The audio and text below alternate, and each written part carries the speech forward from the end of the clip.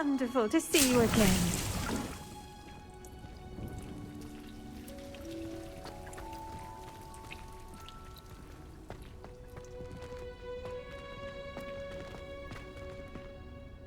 I've completed my assignments, Professor. Pleased to hear it. Professor Weasley will be too. I'll be sure to let her know how well you're coming along. Thank you, Professor. Professor Hecat tells me she taught you Levioso, so you should be ready for a more advanced levitation charm. Wingardium Leviosa requires a bit of concentration and a nice, graceful wand movement. Let's see you try your hand at it. When executed correctly, you should be able to pick up boulders as though they were sprigs of sneezewort.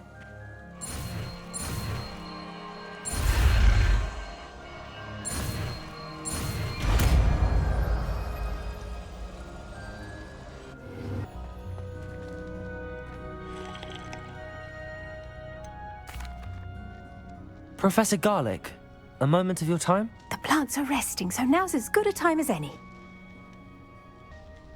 I was wondering, what made you want to teach herbology? How lovely of you to ask.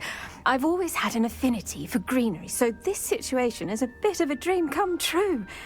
After graduation, I was thrilled to be asked to step in for my old herbology professor.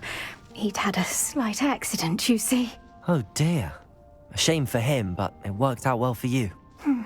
Well, he never cared. Really cared for the plants, and they could sense it. Oh, you'd be surprised how perceptive a plant can be. At any rate, the trouble began one day when he cut into a Wigan tree. Unfortunately for him, its leaves were hiding a bowtruckle. You may recall the marvellous creatures that resemble a twig. The little beast gouged the professor's eyes quite fiercely, but terrifying, I'd imagine. Likely for the professor, too. And that's when you took over as the herbology professor? Well, not quite. After 3 weeks at St. Mungo's, my predecessor regained a tiny bit of his eyesight. He insisted on returning to the greenhouse. Within a week, he claims by accident, kicked a Chinese chomping cabbage, so it was back to St. Mungo's for him. A fair bit of bad luck there, I'd say. Well, I felt awful for him, but I dare say I felt a bit more sympathy for the cabbage. Upon his discharge from the hospital, his indifference to plants had turned to utter disdain. He lost what little patience he had left with a particularly temperamental venomous tentacula and, well, his resulting leave of absence continues to this day. I had no idea. How awful. Last I heard, he'd gone to Romania. As rumour would have it, he developed a sudden interest in dragons. One can only hope he found more happiness working with them than he did with Flora. Lovely speaking with you. Have a wonderful day. Oh, and remember, be kind to your Wigan trees. Perhaps a hybrid. Bouncing tentacula. I've finished the activities you assigned me, Professor Garlick. Wonderful. I hope you gained a greater appreciation for the flora in our lives.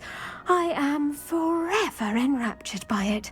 Just yesterday, I spent hours pruning my self-fertilizing shrubs and flutterby bushes. Didn't realize how long I'd been at it until the sun began to set. Well, if there's one thing I love to see more than my plants thriving, it's one of my students doing the same. Now, ready to learn Flipendo? Chin up, keep a light grip, and it's all in the wrist. Let's see you give it a go. You will want to focus with this spell. Nothing as mortifying as knocking back a colleague when all you wanted to do was move a few pots.